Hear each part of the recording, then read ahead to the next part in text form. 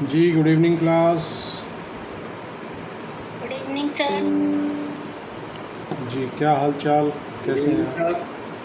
Very good evening. Good evening sir. Very good evening.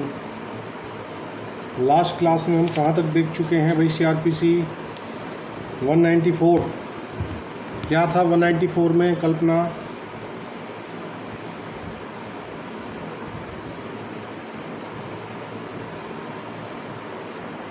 जी 194 में क्या पढ़ा था हमने? जी सर। 194 CRPC क्या बोलता है? सर सहायक सेशन न्यायाधीश के मामले को स्पष्ट करना है। सहायक सेशन न्यायाधीश और अपर सेशन न्यायाधीश। जी Saima, welcome in class. Yes sir. कैसे हैं आप?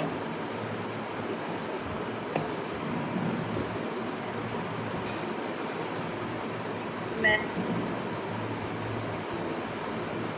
जी 194 ने ये बताया था कि अपर और सहायक सेशन न्यायाधीशों को हवाले किए गए मामलों पर उनके द्वारा विचारण, जो ट्रायल जाएगा वो ट्रायल नॉर्मली हमने ये देखा था कि मजिस्ट्रेट कोर्ट के द्वारा वो कमिट होते हैं मामले, कुछ केवल अपवादित अवस्थाओं को, कुछ विशेष मामलों को छोड़कर मामले डायरेक्ट आते हैं सेशन के पास। अदरवाइज वो मजिस्ट्रेट के मार्फत आते हैं और सेशन कोर्ट को आते हैं। फिर सेशन जज जो है उन्हें अपने किसी सहायक या अतिरिक्त सत्र न्यायाधीश को सुनवाई के लिए भेजते हैं। ये 194 में व्यवस्था है। ठीक है, क्लियर है? अब देखते हैं 195 क्या बात कर रहा है। 195 बात कर रहा है prosecution for contempt of lawful authority of public servants for offences against public justice and for offences relating to documents given in evidence. 195 बात कर रहा है कि लोक न्याय के विरुद्ध अपराधों के लिए और साक्ष्य में दिए गए दस्तावेजों से संबंधित अपराधों के लिए लोक सेवकों के विधिपूर्ण प्राधिकार के अवमान के लिए अभियोजन। क्या समझ आया? 195 क्या कह रहा है अमित?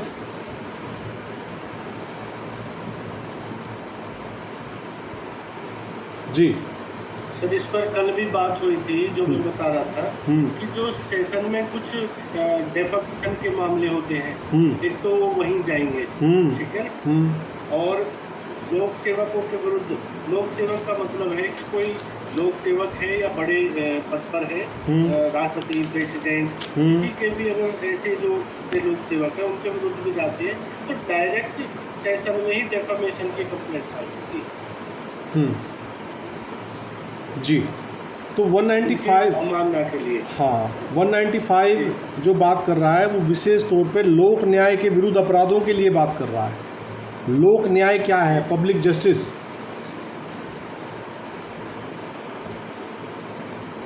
जी जो लॉ एंड ऑर्डर है सर, हाँ, अगर वो कहीं फेल हो रहा है या कोई लोक सेवक अपने कार्य को या अपनी ड्यूटी को पूरा करा है और तब उस पर उसके डेफेमेशन के लिए कोई अपमान या केस परिवाद डाला है। चलिए देखते हैं 195 क्या कह रहा है। 195 लंबी धारा है, इसे आराम से, ध्यान से, धैर्य से समझिए। उपधारा 1 कह रही है no court shall take cognizance of any offence punishable under section 172 to 188 both inclusive of the Indian penal code 45 of 1860। 172 से 188 तक हमने क्या पढ़ा है कल्पना? IPC में 172 से 188 तक हमने क्या पढ़ा है सर? अध्याय 10 IPC अध्याय 10 और लोक सेवक के विधिपूर्ण प्राधिकार के विषय, अवमानना के विषय। बिल्कुल बिल्कुल। तो ये कह रहा है कि no court shall take cognizance, वो जो अब ये इन्होंने बताया है चैप्टर कल्पना ने IPC का 172 से लेके 188 तक जिसमें ये दोनों धाराएं भी सम्मिलित हैं, ठीक है।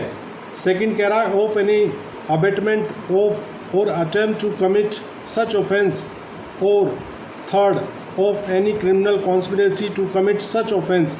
मतलब ये जो ऊपर की धाराओं में दिए गए अपराध हैं, ये डायरेक्टली किए गए हों या इनके लिए अबेटमेंट किया गया हो या कोई क्रिमिनल कॉन्स्पिरेसी की गई हो, ठीक है। Except on the complaint in writing of the public servant concern or of some other public servant to whom he is administratively subordinate।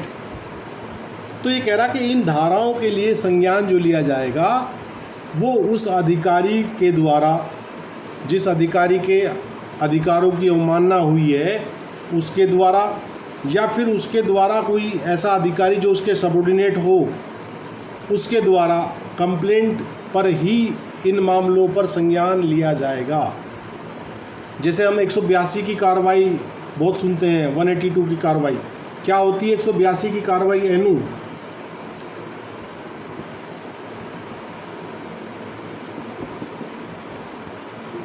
उसमें ऑफेंस होते हैं लेटर्स वगैरह के द्वारा जो होता है। नहीं 182 आईपीसी पूछ रहा हूँ, सीआरपीसी नहीं पूछ रहा हूँ। सर आईपीसी 182 तो सर, हाँ बोलो सर फॉल्स इंफॉर्मेशन देने के लिए है, जो पब्लिक सर्वेंट के लिए। जी बिल्कुल। तो फॉल्स, मान लीजिए किसी के खिलाफ कोई झूठी एफआईआर करता है तो ये फॉल्स सूचना है ना भाई, कोई ऐसा अपराध किया नहीं गया है किसी के द्वारा और फिर उसके खिलाफ कोई ऐसी सूचना दी जा रही है, तो वैसी सूचना यदि वो फर्जी पाई जाती है तो उस व्यक्ति के खिलाफ जिसने वो मिथ्या इतला दी थी उसके खिलाफ जो कंप्लेंट करेगा वो कौन करेगा? वो अधिकारी करेगा जिसको वो इतला दी गई थी। तो चूँकि 172 से लेकर 188 तक की धाराओं के बारे में बात 195 कर रही है तो इसके बीच में 182 भी पड़ेगी। तो एग्जाम्पल के तौर पे मैंने आपको धारा 182 का एग्जाम्पल देते हुए समझाया। तो इस प्रकार के मामलों में 172 से लेकर 188 धारा तक जितने मामले हैं उन मामलों के संबंध में यदि कोई कंप्लेंट की जाती है तो कंप्लेंट कौन करेगा? वो अधिकारी करेगा जिस अधिकारी के प्राधिकार की अवमानना की गई है, या तो वो स्वयं करे या अपने किसी सबऑर्डिनेट से कराए। Is that clear? अब बी पार्ट कह रहा है उपधारा 1 का, of any offence punishable under any of the following sections of the Indian penal code 45 of 1860, namely section 193 to 196 both inclusive, 199, 200, 205 to 211 both inclusive, and 228 when such offence is alleged to have been committed in or in relation to any proceeding in any court। तो ये कह रहा है, Hindi version भी देख लेते हैं कि 195 की जो उपधारा 1 है वो कह रहा है कि कोई न्यायालय भारतीय दंड संहिता 1860 का 45 की धारा 172 से 188 तक की धाराओं के, जिनके अंतर्गत ये दोनों धाराएं भी हैं, दंडनीय किसी अपराध का अथवा ऐसे अपराध के किसी दुष्प्रेरण या ऐसे अपराध करने के प्रयत्न का अथवा ऐसा अपराध करने के लिए किसी आपराधिक षड्यंत्र का संज्ञान संबंध लोक सेवक के या किसी अन्य ऐसे लोक सेवक के जिसके वह प्रशासनिक और पर अधीनस्थ है लिखित परिवाद पर ही करेगा, अन्यथा नहीं। तो इस प्रकार के मामलों की कोई एफआईआर नहीं होगी थाने में, एक कंप्लेंट आ जाएगी कोर्ट में, लिखित परिवाद आ जाएगा, ठीक है नो। और खा पाठ कह रहा है कि भारतीय दंड संहिता 1860 का 45 की निम्नलिखित धाराओं अथवा 193 से 196 जिसके अंतर्गत ये दोनों धाराएं भी हैं, 199, 200, 205 से लेकर 211 जिनके अंतर्गत ये दोनों धाराएं भी हैं, और 228 में से किन्हीं के अधीन दंडनीय किसी अपराध का जब ऐसे अपराध के बारे में यह अभिगतित है कि वह किसी न्यायालय में की कार्रवाई में या उसके संबंध में किया गया है, ठीक है, क्लियर। बी का सेकंड पार्ट कह रहा है of any offence described in section 463 और पनिशेबल अंडर सेक्शन 471, सेक्शन 475 और section 476 of the said code when such offence is alleged to have been committed in respect of a document produced or given in evidence in a proceeding in any court। और ये कह रहा कि उसी संहिता कौन सी? IPC, उसी संहिता की धारा 463 में वर्णित या 471, धारा 475 या धारा 476 के अधीन दंडनीय अपराध का जब ऐसे अपराध के बारे में यह अभिकथित है कि वह किसी न्यायालय में की गई कार्रवाई में पेश की गई साक्ष्य में दी गई किसी दस्तावेज के बारे में किया गया है, ठीक है।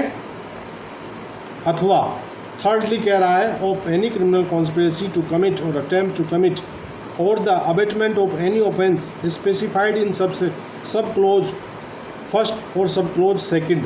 तो बी का जो सब क्लोज फर्स्ट है और सब क्लोज सेकंड है, इसमें जो वर्णित अपराध हैं उनके संबंध में या तो कोई कॉन्स्पिरेसी या कोई प्रयास या कोई दुष्प्रेरण किया गया हो, तब भी वही बात लागू होगी। समझ रहे हो? 195 क्लियर हो रहा है? कल्पना, ये कह रहा है except on the complaint in writing of the said court or by such officer of the court as that court may authorise in writing in this behalf or of some other court to which that court is subordinate. ये कह रहा कि ऐसे न्यायालय के या न्यायालय के ऐसे अधिकारी द्वारा जैसा वह न्यायालय इस निमित्त लिखित में प्राधिकृत करे या किसी अन्य न्यायालय के जिसके वह न्यायालय अधीनस्थ है लिखित परिवाद पर ही करेगा, अन्यथा नहीं को प्रतिस्थापित किया जाएगा।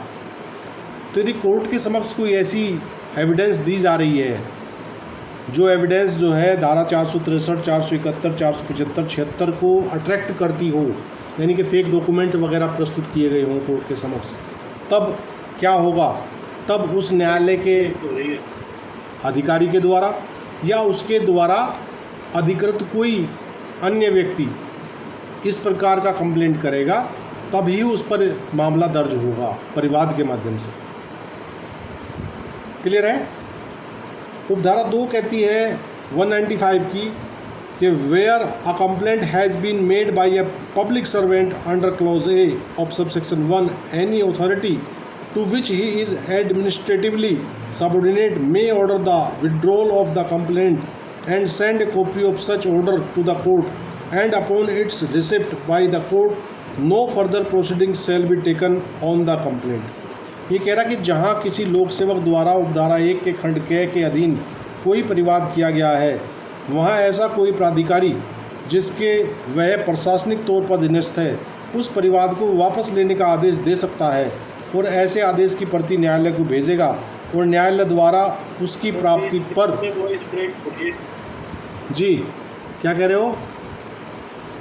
वॉइस ब्रेक हो रही है सर, जब थोड़ा आगे आप होके बोलते हैं तो आवाज़ आ रही है। अच्छा, अदरवाइज बीच में बहुत ज़्यादा ब्रेक हो रही है। चलो मैं दोबारा ज्वाइन करके देखता हूँ। जी अब कैसी है भाई आवाज़? अब सही है सर। जी अब ठीक है सर। चलिए कहाँ थे हम लोग? उपधारा 2 पढ़ रहे थे ना 195 की। उपधारा 2 कह रही है कि जहाँ किसी लोक सेवक द्वारा उपधारा 1 के खंड के अधीन कोई परिवाद किया गया है, वहाँ ऐसा कोई प्राधिकारी जिसके वह प्रशासनिक तौर पर अधीनस्थ है उस परिवाद को वापस लेने का आदेश दे सकता है और ऐसे आदेश की प्रति न्यायालय को भेजेगा और न्यायालय द्वारा उसकी प्राप्ति पर उस परिवाद के संबंध में आगे कोई कार्रवाई नहीं की जाएगी। मान लीजिए यहाँ विड्रॉल बता दिया 2 में कि अगर किसी के द्वारा कोई ऐसी कंप्लेंट की गई है तो वो अधिकारी जो है उसे वापस भी ले सकता है। 182 की कार्रवाई किसी के खिलाफ की और फिर सब्सिक्वेंटली जिसने की वो उसे वापस ले रहा है या उसके ऊपर जो अधिकारी है वो ऐसा आदेश कर रहा है कि इसे वापस ले लो, तो वैसी अवस्था में क्या होगा कि वो रिटन में एक एप्लीकेशन देगा और वो जो कंप्लेंट हुई थी वो कंप्लेंट क्या हो जाएगी? वापस हो जाएगी।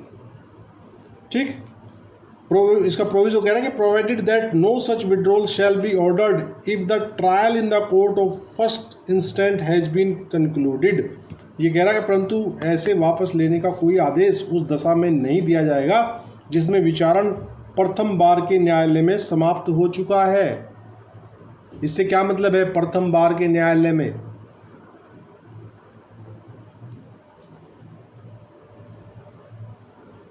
जी, प्रोवाइडेड दैट नो, हाँ, उसका ट्रायल किया गया है।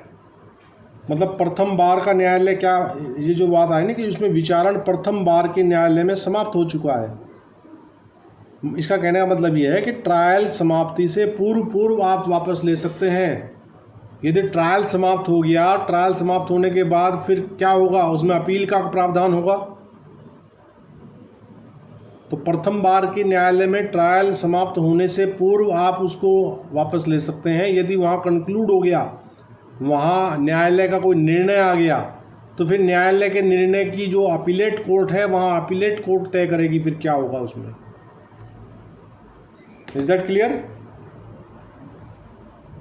और उपधारा 3 कह रही है कि in clause B of subsection 1 the term court means a civil, revenue or criminal court and includes a tribunal constituted by or under a central, provincial or state act if declared by that act to be court for the purpose of this section। तो यहाँ न्यायालय जो शब्द है वो बड़ा व्यापक शब्द है। न्यायालय के शब्द के अंदर कोई सिविल, राजस्व, दंड न्यायालय या कोई ट्रिब्यूनल, चाहे वो प्रांतीय किसी अधिनियम के द्वारा बनाया गया हो या चाहे केंद्रीय अधिनियम के द्वारा बनाया गया हो, ठीक है। तो कोर्ट शब्द जो है बड़ा वृहद रूप से यहाँ उसको समझिएगा। तो अगर इस प्रकार की डॉक्यूमेंटेशन, फर्जी डॉक्यूमेंट आप किसी राजस्व न्यायालय में दे रहे हैं, किसी सिविल न्यायालय में दे रहे हैं, किसी फौजदारी न्यायालय में दे रहे हैं या किसी ट्रिब्यूनल में दे रहे हैं, तो तब भी ये जो 195 वाली कार्रवाई है, 195 का जो पार्ट बी बताया गया है, बी का पार्ट 2, तो वो सब कार्रवाइयाँ उस पर लागू होंगी, चाहे वो किसी भी न्यायालय के समक्ष वैसी बात की गई हो। ट्रिब्यूनल कौन होते हैं? ट्रिब्यूनल, कल्पना?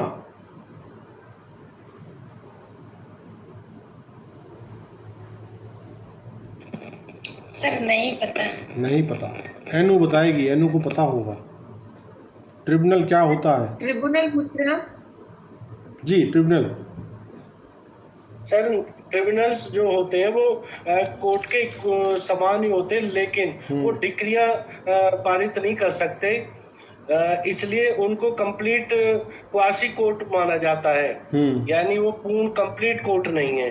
और आर्टिकल 223A में और उनको जो वो किया जाता है, बनाया जाता है ट्रिब्यूनल्स को। नहीं, जैसे कि MACT है, तो MACT क्या डिक्री पारित नहीं करेगा? नहीं, ट्रिब्यूनल है तो डिक्री नहीं होगी, उसकी अवार्ड होते हैं उनके साथ, वो अवार्ड ही पारित करते हैं। अच्छा, उनकी डिक्री नहीं होती है। चलो, मुझे तो कुछ ऐसा ध्यान है कि हमने डिक्री भी ली है MACT कोर्ट के आदेश की। चलो देख लेंगे। नहीं सर, हमें हमेशा अवार्ड ही होता है ट्रिब्यूनल कोर्ट में।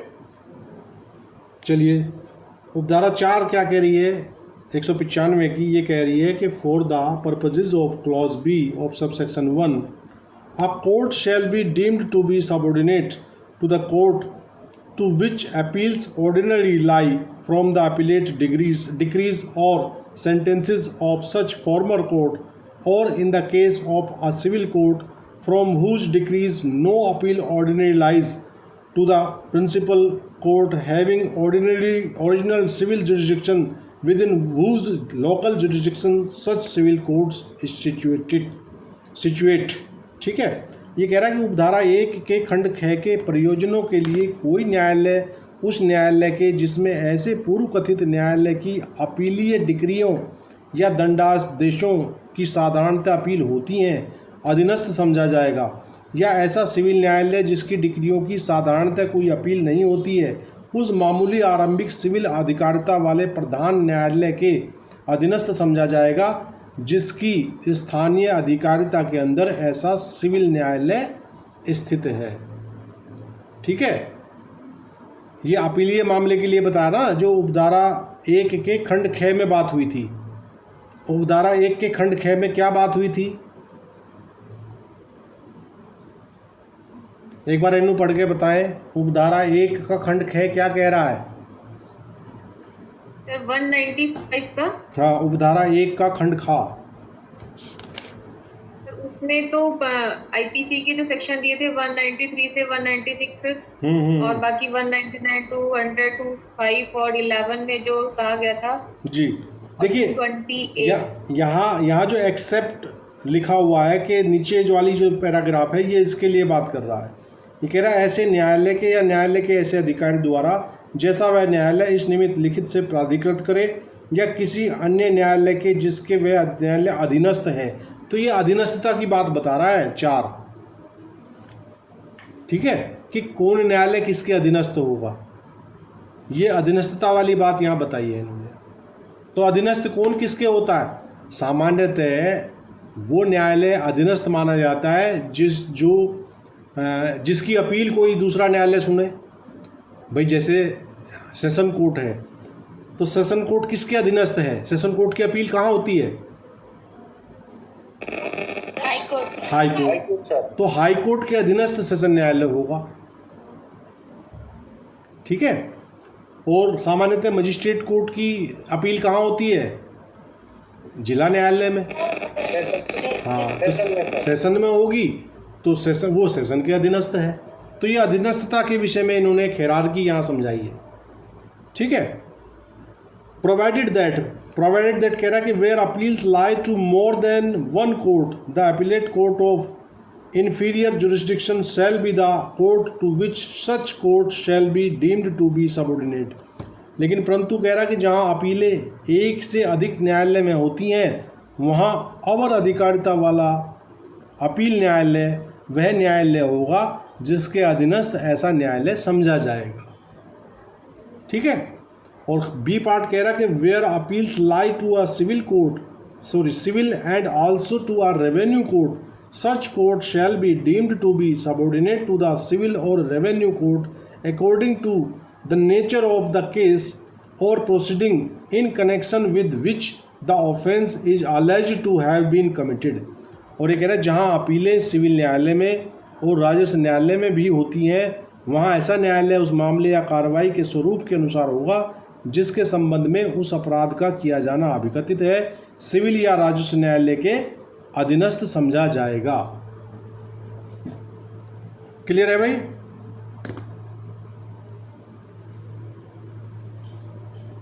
तो ये अधीनस्थता के विषय में धारा 4 ने क्लियर किया है कि कौन न्यायालय किसके अधीनस्थ होगा। तो 195 रेवेन्यू कोर्ट वाले रेवेन्यू मैटर जो होते हैं वो तो केवल रेवेन्यू कोर्ट में ही जाएंगे ना, उसके हाँ, तो कोई अलग से नहीं होगा। हाँ बिल्कुल भाई, जो रेवेन्यू कोर्ट होंगे रेवेन्यू कोर्ट की अपनी हायरार्की है। रेवेन्यू कोर्ट में भी तो अपीलें होती हैं ना। रेवेन्यू कोर्ट का जो डिसीजन है वो जो दिया जाएगा वो फाइनल होगा, उसकी अपील तो हाई कोर्ट या फिर सुप्रीम कोर्ट में नहीं हो सकती ना। नहीं, रेवेन्यू कोर्ट के भी मामले देखो, रेवेन्यू जो हम रेवेन्यू एक्ट जब आपने पढ़ा था तो उसमें आपको हायरार्की बताई गई होगी, ठीक। और वहाँ एक बोर्ड है रेवेन्यू बोर्ड, वो लास्ट अदालत है उसकी स्टेट लेवल पे, ठीक है। तो रेवेन्यू बोर्ड का निर्णय अंतिम होता है, उसकी अपील नहीं होती। लेकिन अगर कोई किसी का संवैधानिक अधिकारों का हनन हो रहा है तो उसके खिलाफ रिट में जरूर जाते हैं लोग, क्यों अमित?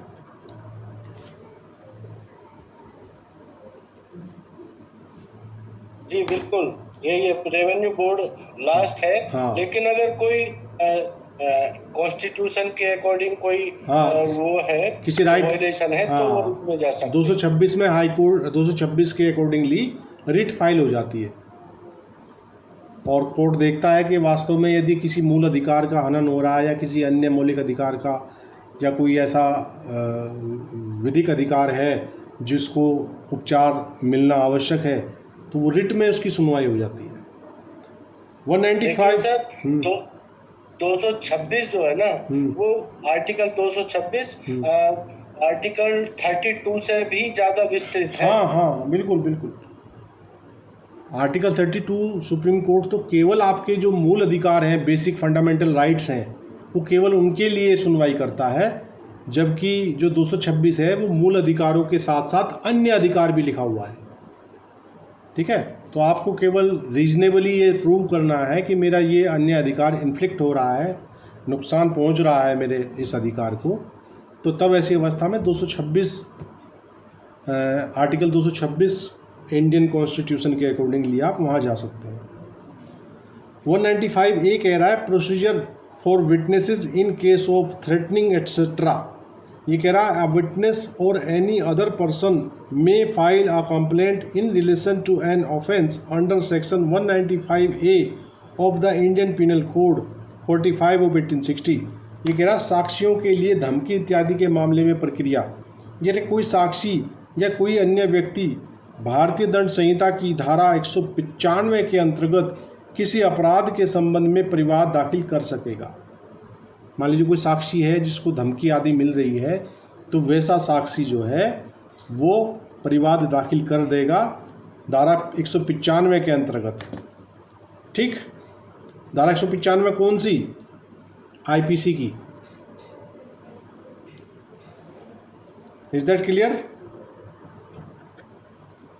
196 कह रहा है prosecution for offences against the state and for criminal conspiracy to commit such offence.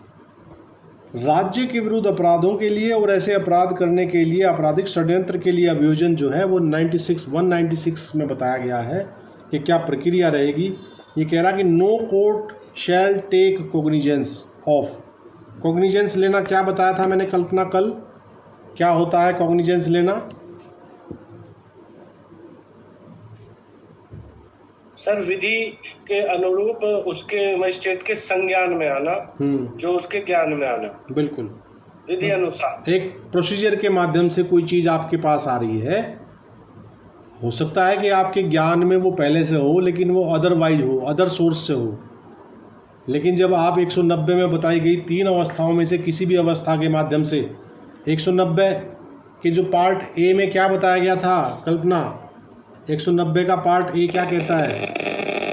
Sir उसमें परिवार बताया गया, पहले परिवार द्वारा, दूसरा रिपोर्ट द्वारा और तीसरा पुलिस अधिकारी से भिन्न व्यक्ति द्वारा इत्तला मिलने पर या मजिस्ट्रेट के सो मोटो सर, सो मोटो मतलब सो मोटो भी है या पुलिस अधिकारी से भिन्न व्यक्ति के द्वारा भी है, दोनों चीज़ें हैं पार्ट सी में। रुचिन कुमार जी वेलकम।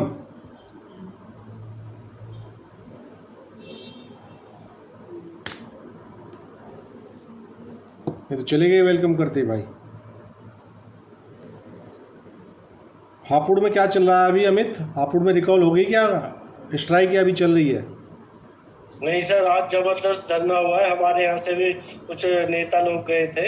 हाँ। और बहुत दूर दूर से भी आए हैं। तो आज काफी बड़ी एक रैली रही है वहाँ पर, लेकिन अभी कोई हल नहीं निकला है। एक्चुअली मतलब ये पूरा स्टेट का जो मामला था और जो हम लोग पीछे हट गए ना, ये गलत हुआ है। अगर उनके साथ रहना था तो फिर ढंग से रहते, जब तक वो ना रिकॉल करते। एक ये बार काउंसिल वाले जाके वहाँ नेतागिरी चमकाते हैं अपनी, है ना भाई। जब जो पीड़ित है वो तो हापुड़ बार है ना, आप पीड़ित के बिहाफ पे जाके आप रिकॉल कर रहे हैं, समझौता दाखिल कर रहे हैं। जो समझौता होगा वो दिक्कत तो ये ना कि जो बार काउंसिल में बैठे हैं वो लोग भी एडवोकेट नहीं है। हाँ, वो ऐसे पॉलिटिशियन है, वो सब दलाल हैं एक नंबर के, अपना पैसे कमा रखे हैं इधर उधर से, इलेक्शन जीत के वहाँ बैठ गए सर पे हमारे, है नहीं। चलिए, तो कहाँ थे हम? 196 शुरू कर रहे थे। तो ये कह रहा है no court shall take cognizance of any offence punishable under chapter 6 of or under section 153A, section 295A or subsection 1 of section 505 of the Indian penal code 1860 45 of 1860 or a criminal conspiracy to commit such offence or any such abatement as is described in section 108A of Indian Penal Code 45 of 1860 except with the previous sanction of the central government or of the state government। तो ये कह रहा कि राज्य के विरुद्ध जो अपराध बताए गए हैं भारतीय दंड संहिता की धारा 153A 295A या धारा 505 की उपधारा 1 के अधीन दंडनीय किसी अपराध अथवा ऐसा अपराध करने के लिए कोई आपराधिक षड्यंत्र अथवा भारतीय दंड संहिता की धारा 108A में यथावर्णित किसी दुष्प्रेरण का संज्ञान जो है केंद्रीय सरकार या राज्य सरकार की पूर्व मंजूरी से ही करेगा, अन्यथा नहीं। तो इन धाराओं के अधीन यदि कोई मामला आ रहा है तो इन धाराओं के प्रोसिक्यूशन के लिए या तो राज्य सरकार की या केंद्र सरकार की पूर्व अनुमति की आवश्यकता पड़ेगी। ये ध्यान रखिएगा 196 में, ठीक है। और इसकी सबसेक्शन 1A कह रहा है कि no court shall take cognizance of any offence punishable under section 153B और subsection 2 of subsection 3 of section 505 of the Indian penal code 1860 45 of 1860 in or B a criminal conspiracy to commit such offence except with the previous sanction of the central government of the state government or of the district magistrate। ये कह रहा 1A में कह रहा कि कोई न्यायालय भारतीय दंड संहिता की धारा 153 ख या धारा 505 की उपधारा 2 या उपधारा 3 के अधीन दंडनीय किसी अपराध का अथवा ऐसा अपराध करने के लिए आपराधिक षड्यंत्र का संज्ञान केंद्रीय सरकार या राज्य सरकार या जिला मजिस्ट्रेट की पूर्व अनुमति से ही करेगा, अन्यथा नहीं। ठीक है, पहले वाले में तो अवस्था ये थी कि राज्य सरकार और केंद्र सरकार की पूर्व अनुमति, यहाँ लिखा हुआ है कि केंद्र सरकार या राज्य सरकार या जिला मजिस्ट्रेट की पूर्व मंजूरी से ही करेगा। तो यहाँ जिला मजिस्ट्रेट को भी पावर है कि वो भी इसमें पूर्व अनुमति दे सकते हैं। उपधारा 2 कह रही है कि no court shall take cognizance of the offence of any criminal conspiracy punishable under section 120B of the Indian penal code 45 of 1860 other than a criminal conspiracy to commit an offence punishable with death, imprisonment for life or rigorous imprisonment for a term of 2 years or upwards unless the state government of the district magistrate has consented in writing to the initiation of the proceedings। और इसका proviso भी ये कह रहा provided that where the criminal conspiracy is one to which the provisions of section 195 apply no such consent shall be necessary. ये कह रहा कि कोई न्यायालय भारतीय दंड संहिता 1860 के 45 की धारा 120B 120 ख के अधीन दंडनीय किसी आपराधिक षड्यंत्र के किसी ऐसे अपराध का जो मृत्यु, आजीवन कारावास या 2 वर्ष या उससे अधिक की अवधि के कठिन कारावास से दंडनीय अपराध करने के लिए आपराधिक षड्यंत्र से भिन्न है, संज्ञान तब तक नहीं करेगा जब तक राज्य सरकार या जिला मजिस्ट्रेट ने कार्रवाई शुरू करने के लिए लिखित सम्मति न दे दी है। परंतु जहां आपराधिक षड्यंत्र ऐसा है जिसे धारा 195 के उपबंध लागू हैं, वहां ऐसी कोई सम्मति आवश्यक न होगी। जी, उपधारा 2 क्या कह रही है भाई, कुछ समझ आया अमित? जी सर, जो 2 वर्ष से ऐसे कॉन्स्पिरेसी है जिसमें 2 वर्ष से अधिक का जो कारावास है, तो वहां पर तो अनुमति लेनी पड़ेगी। और अगर उससे कम है तो या 195 के अधीन उपबंध लागू होते, वहां पर गवर्नमेंट या मजिस्ट्रेट से अनुमति की, जिला मजिस्ट्रेट से अनुमति की आवश्यकता नहीं है। सही है, ऐसा ही है हेनू। उपधारा 2 क्या कह रही है, दोबारा पढ़ दें। यही है कि हाँ, कोई न्यायालय भारतीय दंड, एक बार दोबारा समझ लीजिए, कोई न्यायालय भारतीय दंड संहिता की 1860 की 45 की धारा 120B के अधीन किसी दंडनीय आपराधिक षड्यंत्र के किसी ऐसे अपराध का जो मृत्यु, आजीवन कारावास या 2 वर्ष या उससे अधिक की अवधि के कठिन कारावास से दंडनीय अपराध करने के लिए आपराधिक षड्यंत्र से भिन्न है। अमित, संज्ञान तब तक नहीं करेगा जब तक राज्य सरकार या जिला मजिस्ट्रेट ने कार्रवाई शुरू करने के लिए लिखित सम्मति न दे दी हो। तो कह रहा है उससे भिन्न है,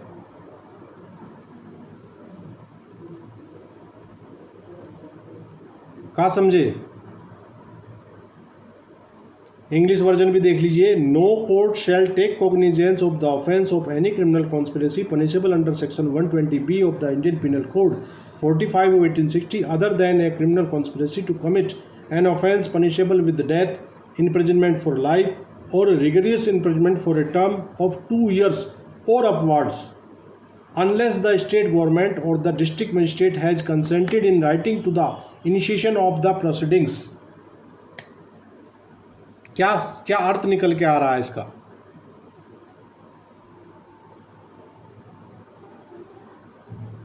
ये जो दिए हैं, जो क्रिमिनल कॉन्स्पिरेसी में दिए हैं, डेथ है या फिर लाइफ इम्प्रिजनमेंट है या 2 इयर्स का वो है पनिशमेंट है, उससे जो अलग है, जो उससे अलग ऑफेंस है, उसमें तब संज्ञान नहीं करेगा स्टेट गवर्नमेंट या जिला मजिस्ट्रेट जब तक उसकी कोई रिटर्न में उसकी कोई नहीं। संज्ञान तो कोर्ट को करना है नो, संज्ञान तो कोर्ट को करना है। जो जिला मजिस्ट्रेट या राज्य सरकार है ये तो अपनी सहमति देंगे। लेकिन सर तब देंगे ना जब ये जो दिए गए हैं इनसे अलग अगर कोई ऑफेंस होता है तब। तो इनसे अलग ऑफेंस कौन सा बचा अमित? 2 वर्ष से कम सजा वाले बचे बस। जी सर। जी है ना, यही तो जिस्ट निकल के आ रहा है इसका कि ये जो 2 वर्ष या उससे अधिक या आजीवन कारावास या मृत्यु दंड से अगर दंडित कोई अपराध है और उसमें 120B लगी है तो वहाँ आवश्यकता नहीं है राज्य सरकार या जिला मजिस्ट्रेट की कंसेंट लेने की। और जो 2 वर्ष से कम के मामले हैं फिर तो वही कॉग्निजेबल ऑफेंस होंगे, इसमें वही बचे ना, वो आ जाएंगे। जी, तो उनके लिए कंसेंट की आवश्यकता है जहाँ तक मैं समझ पा रहा हूँ। आप लोग एक बार फिर इस पर नज़र डालिए, कोई एम्बिग्विटी बची रहनी नहीं चाहिए धारा में। क्यों निहाल अहमद जी, आपकी क्या राय है? निहाल अहमद जी, मेरी आवाज़ आ रही है आपको?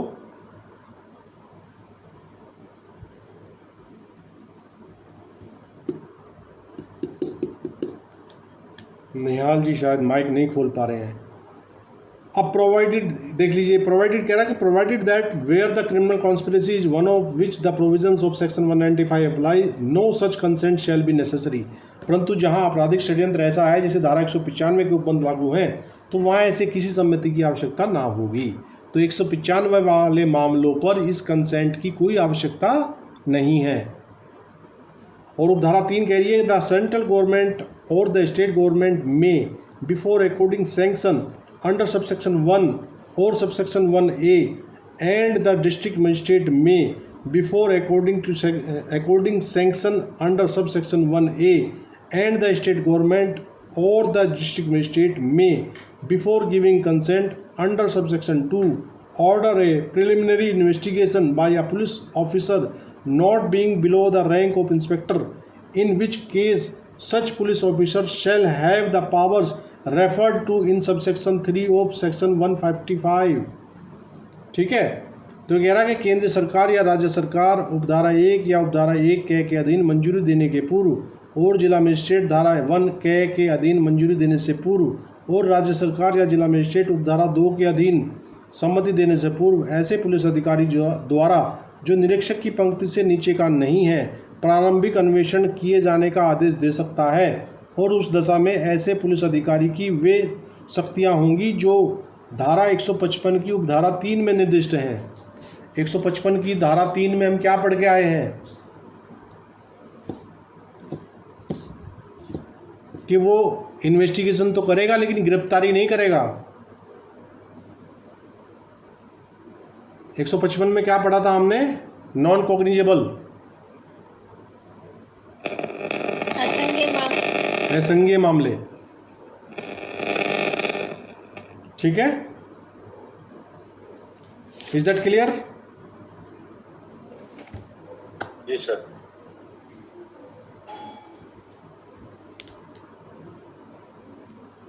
जी चलिए, अगली धारा 197 लेंथी है काफ़ी, उसे कल की क्लास में देखेंगे। और आज की क्लास को हम यही विराम देते हैं। सभी को शुभ रात्रि, good night, all the best, शब्बा खैर, गुड नाइट।